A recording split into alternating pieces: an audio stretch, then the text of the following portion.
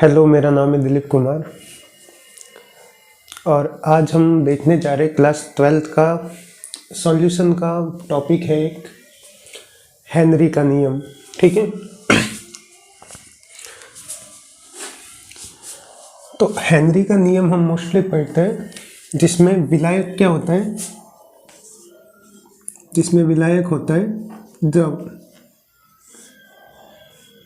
और द्रव के अंदर क्या घुली होती है, गैस। मतलब विलय क्या होगी इसमें, गैस। विलय होता है गैस। तो इसके लिए हम पढ़ते हैं ये हेनरी का नियम। हेनरी का नियम तो देखो एकदम सिंपल नियम है। ये नियम क्या कहता है, स्थिर तापमान पर।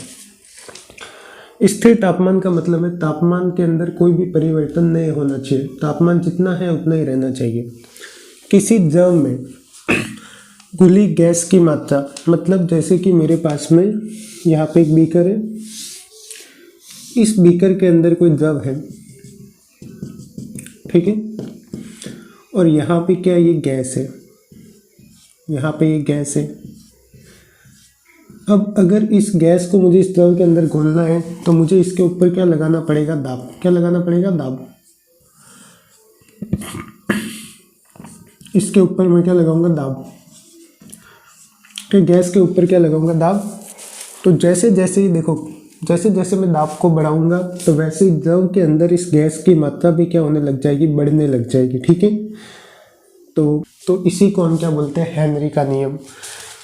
तो स्थिर तापमान पर किसी द्रव में घुली गैस की जो मात्रा, अब किसी भी पदार्थ की मात्रा को हम क्या बोलते हैं, मोलंस। क्या बोलेंगे, मोलंस। उस गैस के आंशिक दाब के क्या होती है, समानुपाती। मतलब जैसे ही जितना दाब ज़्यादा होगा, द्रव के अंदर गैस की घुलनशीलता बोलो, विलयता बोलो या मात्रा बोलो, वो उतनी क्या होगी, ज़्यादा होगी। ठीक है, इसी को हम बोलते हैं हेनरी का नियम। इसका गणितीय रूप क्या होता है, तो इसका गणितीय रूप होता है P, मतलब जो गैस का दाब है, समानुपाती होता है गैस के मोल अंश के। मोल अंश मतलब उस गैस की मात्रा, क्योंकि यहाँ पे विलियन बन गया है तो विलियन के अंदर हम गैस की क्या लेंगे, मोल अंश लेंगे। ठीक है, तो दाब समानुपाती होता है गैस के मोल अंश के। अब अगर हम समानुपाती का चिन्ह हटाएंगे तो यहाँ पे क्या आ जाएगा, एक कांस्टेंट, जिसको हमने लिखा है KH। ये बताता है हेनरी स्थिरांक। इसको हम क्या बोलेंगे, हेनरी स्थिरांक। तो यहाँ पे P बराबर क्या है, गैस का आंशिक दाब, मतलब वही गैस के ऊपर दाब लगा रहे वो, XG। XG क्या है, जो विलियन के अंदर गैस के क्या होंगे, मोल अंश। तो XG मतलब गैस के मोल अंश, और KH यहाँ पे क्या हो जाएगा, हेनरी स्थिरांक। ठीक है, अब ये जो हेनरी स्थिरांक का वैल्यू होता है, ये डिपेंड करता है दो चीज़ों पे। एक तो डिपेंड करता है तापमान के ऊपर, और एक डिपेंड करता है गैस की प्रकृति के ऊपर, कि वो गैस कौन सी है। गैस की प्रकृति, तापमान और गैस की प्रकृति के ऊपर डिपेंड करता है। ठीक है, अब देखो, अगर हम यहाँ पे एक ग्राफ खींचे जो है गैस के दाब और मोल अंश के बीच में, तो जैसे जैसे दाब को बढ़ाएंगे, विलियन के अंदर गैस के मोल अंश भी क्या होंगे, बढ़ेंगे। तो उसके लिए ग्राफ आएगा हमारे ऐसे, दाब बढ़ने पे मोल अंश क्या होंगे, बढ़ेंगे। तो इस प्रकार से हमें मिलता है ग्राफ। तो ये होता है हेनरी का नियम। ठीक है, अब बात करते हैं इसके अनुप्रयोग की। तो हेनरी के नियम के कुछ अनुप्रयोग भी होते हैं।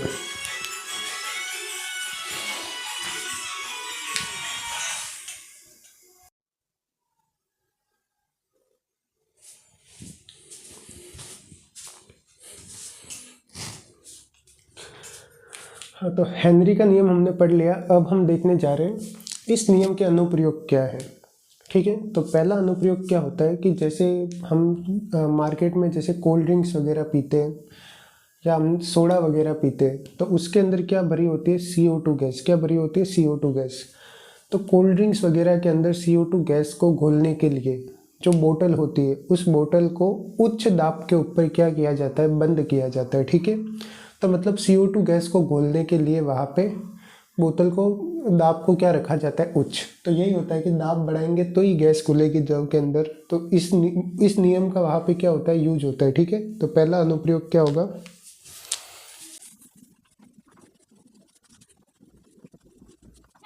ठीक है, तो ये हो जाएगा पहला अनुप्रयोग। अब दूसरा अनुप्रयोग है ना, बहुत इंपॉर्टेंट है। तो दूसरा अनुप्रयोग को समझने के लिए जैसे देखो, जैसे कि यहाँ पे क्या एक समुंदर है, क्या है, समुद्र, ये समुद्र है, इसको समझना, ठीक है। ये समुद्र है, यहाँ पे क्या है, धरातल मतलब धरती की सतह है, ठीक है, यहाँ पे धरती की सतह। अब इसके समुद्र के अंदर जो गोते लगाते हैं, समुद्र के अंदर जाके कोई कीमती चीज़ें वगैरह निकालते हैं, उनको हम क्या बोलते हैं, गोताखोर। क्या बोलेंगे, गोताखोर। तो जैसे यहाँ पे कोई गोताखोर खड़ा है, इनका काम क्या होता है, समुद्र के अंदर जाना, उसके अंदर गोते लगाना और जो भी कीमती वस्तुएं वगैरह जो होती है उनको बाहर निकालना, ठीक है। तो ये जैसे जैसे देखो, अब ये यहाँ पे खड़ा है, तो इसके ऊपर क्या लग रहा है, दाब लग रहा है। क्या लग रहा है, दाब। और कौन सा दाब लग रहा है, वायुमंडलीय दाब, वायुमंडलीय दाब इसके ऊपर लग रहा है, ठीक है। अब क्या होगा, ये इसके अंदर जाएगा, ये यहाँ पे आएगा, जैसे जैसे नीचे जाएगा, यहाँ से यहाँ पे आएगा, तो जैसे जैसे नीचे आएगा तो इसके ऊपर दाब क्या होगा, बढ़ेगा, क्योंकि यहाँ पे तो केवल इसके ऊपर वायुमंडल दाब लगा रहा था। अब जैसे ये यहाँ पे आया है, यहाँ पे, तो इसके ऊपर वायुमंडल के अलावा ये जो जल है ये भी क्या लगा रहा है, दाब। तो दाब क्या हो जाएगा, बढ़ेगा। अब देखो, जैसे ही दाब बढ़ता है तो ये अपने अपने साथ में क्या लेके जाता है, सिलेंडर लेके जाता है। क्या लेके जाता है, सिलेंडर, जिसके अंदर ऑक्सीजन नाइट्रोजन गैस भरी होती है। तो क्या होगा, ये गैसें जाएगी फेफड़ों के अंदर, फेफड़ों से वो कहाँ पे जाती है, ब्लड के अंदर, रक्त के अंदर जाती है, ठीक है। तो जैसे जैसे नीचे जाएगा तो दाब बढ़ेगा, दाब बढ़ेगा तो उसके रक्त के अंदर जो गैसें होगी उनकी विलेयता भी क्या होगी, बढ़ेगी। वह सांस श्वसन के द्वारा जो भी गैस ले रहा है वो जल्दी जल्दी रक्त के अंदर क्या हो जाएगी, घुल जाएगी, क्योंकि नियम है भी, दाब बढ़ेगा तो द्रव में, वहाँ पे द्रव क्या है, हमारा रक्त या उसका रक्त, और गैस जो है वो श्वसन के द्वारा ले रहा है वो, ठीक है, कोई दिक्कत नहीं है। अब नीचे गया है तो भाई वापस ऊपर भी तो आएगा। तो अब जैसे जैसे वो ऊपर आएगा, अब ऊपर आएगा तो दाब क्या होगा, कम होगा। अब दाब कम होगा, दाब कम होगा तो नियम अपोजिट हो जाएगा, जो गैसें घुली थी वो गैसें क्या होगी, बाहर निकलेगी जल्दी से, ठीक है। तो दाब कम होगा तो जो रक्त के अंदर गैसें घुली है वो जल्दी से क्या होगी, बाहर निकलेगी। अब किसी भी द्रव से कोई गैसें बाहर निकलती तो वो किस रूप में बाहर निकलती है, बुलबुलों के रूप में। किस रूप में बाहर निकलेगी, बुलबुलों के रूप में। तो जैसे ही ऊपर आएगा दाब कम होगा, और दाब कम होने से जो रक्त के अंदर जो नाइट्रोजन गैस घुली है, नाइट्रोजन, वो नाइट्रोजन गैस बुलबुलों के रूप में क्या होगी, बाहर निकलेगी। अब ये बुलबुले क्या करते हैं, उसके रक्त के प्रवाह के अंदर क्या उत्पन्न करते हैं, बाधा उत्पन्न करते हैं। क्या उत्पन्न करेंगे, बाधा। मतलब किसी भी नली है, जैसे कोई नली है, उस नली के अंदर एयर आ गई है तो पता है वो फ्लो नहीं होता है उसके अंदर से कुछ भी। तो सेम वैसे हमारे जो भी ब्लड को लेके जाती है उसके अंदर जो भी बुलबुले बन जाएंगे तो ब्लड का फ्लो या रक्त का प्रवाह क्या हो जाएगा, बाधा उत्पन्न होगी। और बाधा उत्पन्न होने से जो भी गोताखोर होता है उसको बहुत ज़्यादा क्या होती है, पीड़ा होती है, और कई बार तो वो क्या हो जाता है, उसकी मौत भी हो सकती है। तो ये जो हो रहा है इसको हम क्या बोलते हैं, बैंड्स। क्या बोलते हैं, बैंड्स, ठीक है। तो बैंड्स होते हैं। तो पहले के टाइम में क्या होता था, बहुत सारे गोताखोर समुद्र के अंदर जाने के बाद में बाहर निकलते थे, तो बैंड से कईयों की क्या हो जाती, मौत भी हो जाती थी, और कईयों को मतलब बहुत ज़्यादा पीड़ा होती है, ठीक है। इसको हम बोलते हैं बैंड्स। तो ये है दूसरा अनुप्रयोग, इसको मैं लिख देता हूँ।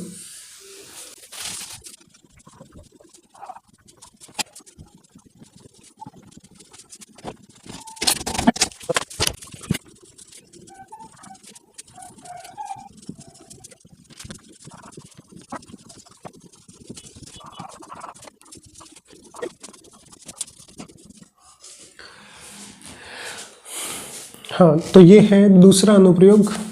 अब मैं इसको पढ़ लेता हूँ। जैसे गहरे समुद्र में गोताखोर को उच्च दाब पे क्या करनी होती है? श्वसन क्रिया। अधिक दाब के कारण रक्त में गैसों की विलेयता क्या हो जाती है? बढ़ जाएगी। दाब बढ़ेगा तो रक्त में गैसों की विलेयता क्या हो जाएगी? बढ़ जाएगी। जब गोताखोर पुनः ऊपर आएगा, सतह की ओर आता है, तो दाब क्या होगा? कम होगा। तो दाब में कमी के कारण रक्त के अंदर जो गैसें घुली थी वो क्या होगी? बाहर निकलेगी, जिस कारण रक्त में नाइट्रोजन गैस के क्या हो जाते हैं? बुलबुले बन जाते हैं। ठीक है। यह बुलबुले जो होते हैं रक्त के प्रवाह में क्या उत्पन्न करते हैं? बाधा उत्पन्न करेंगे, जिससे गोताखोर को अत्यधिक क्या होती है? पीड़ा होती है, वो उनकी मौत भी हो सकती है। ठीक है। ये पूरा जो है इसको हम क्या बोलते हैं? बैंड्स बोलेंगे। क्या बोलेंगे? बैंड्स। ठीक है, बैंड्स। अब एक और क्वेश्चन आता है कि इससे बचाव का क्या उपाय है, तो मैं यहाँ पे इसको रफ कर लेता हूँ। बैंड से बचाव हम कैसे कर सकते हैं कि गोताखोर जो होता है वो क्या कर सकता है? अपने साथ में जो सिलेंडर लेके जाता है, उस सिलेंडर के अंदर कौन सी गैस को ले सकता है? हीलियम गैस को भी भरा, हीलियम गैस का यूज करता है। ठीक है। उसके अंदर थोड़ी सी मात्रा में क्या मिलाता है? Helium gas.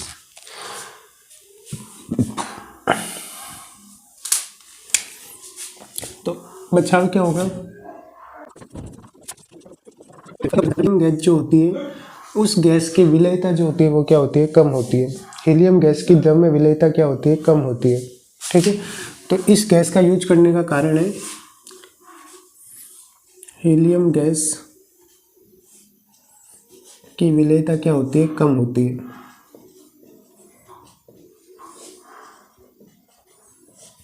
कम होती है।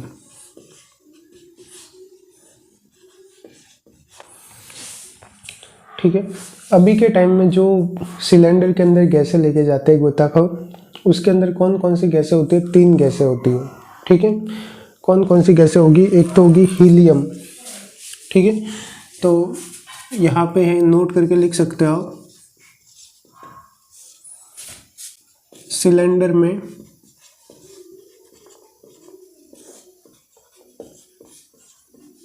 गैसों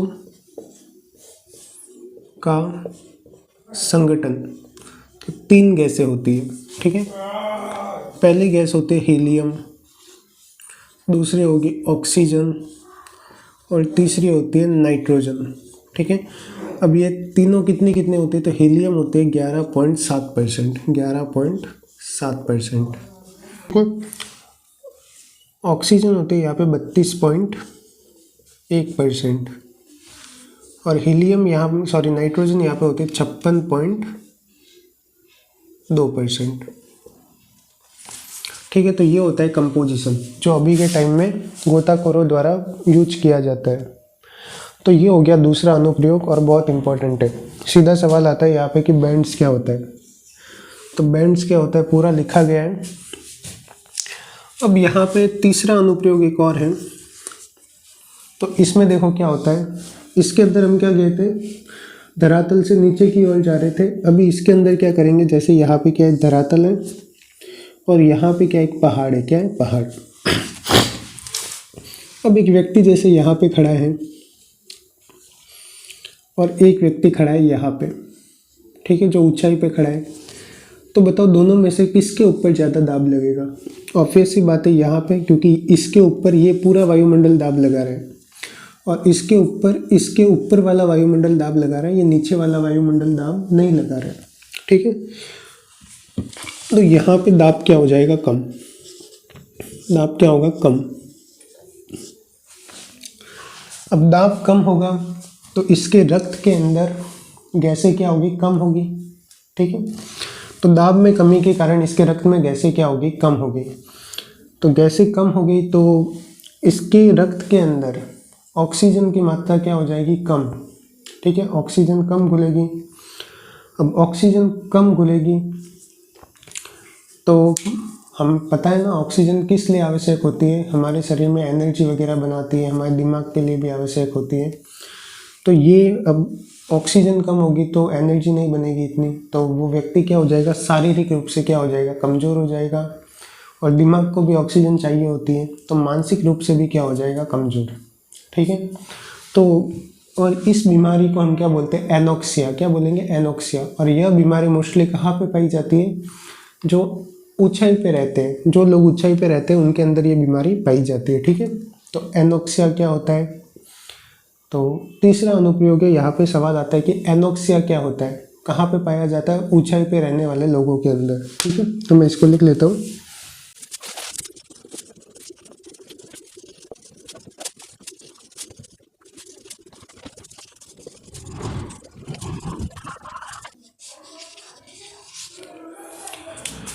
ठीक है, तो मैंने यहाँ पे तीसरा अनुप्रयोग लिखा है कि अधिक ऊंचाई पर ऑक्सीजन का आंशिक दाब क्या होता है, कम। क्योंकि ऊंचाई अधिक होगी तो नीचे वाला वायुमंडल तो दाब नहीं लगाएगा, जिस कारण वहाँ रहने वाले लोगों के रक्त में ऑक्सीजन की क्या हो जाती है, कमी।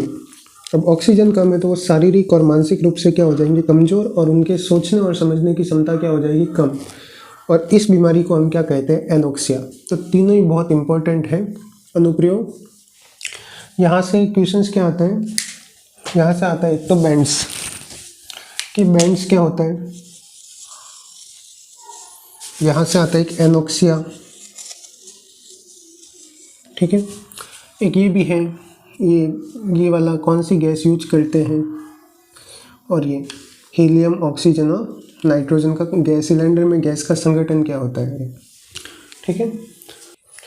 एक छोटा सा टॉपिक बचा है हेनरी के नियम से रिलेटेड। हेनरी के नियम की सीमाएं, मतलब कहाँ पे हेनरी का नियम लागू नहीं होता है, ठीक है। तो पहली कंडीशन क्या है कि दाब का मान बहुत ज़्यादा नहीं होना चाहिए, कि दाब बहुत ज़्यादा नहीं होना चाहिए, ठीक है। अगर बहुत ज़्यादा दाब है तो हेनरी का नियम वहाँ पे लागू नहीं होगा। दूसरा है ताप का मान बहुत कम नहीं होना चाहिए, दाब अधिक नहीं होना चाहिए, ताप कम नहीं होना चाहिए, ठीक है, तब हेनरी का नियम लागू नहीं होगा। तीसरा है कि गैस की द्रव में विलेयता कैसी होनी चाहिए, कम। मतलब गैस की विलेयता आसानी से नहीं खुलनी चाहिए, ठीक है, कम होनी चाहिए। और चौथा हो जाएगा कि द्रव और गैस के मध्य कोई भी रासायनिक अभिक्रिया नहीं होनी चाहिए। मतलब द्रव और गैस दोनों के बीच में किसी भी प्रकार की कोई भी रासायनिक अभिक्रिया नहीं होनी चाहिए, ठीक है। तो यहाँ पे हो गया हेनरी का नियम वगैरह। हेनरी से रिलेटेड जितने भी क्वेश्चंस आते हैं वो इनमें से ही आपको देखने को मिलेंगे। Thank you.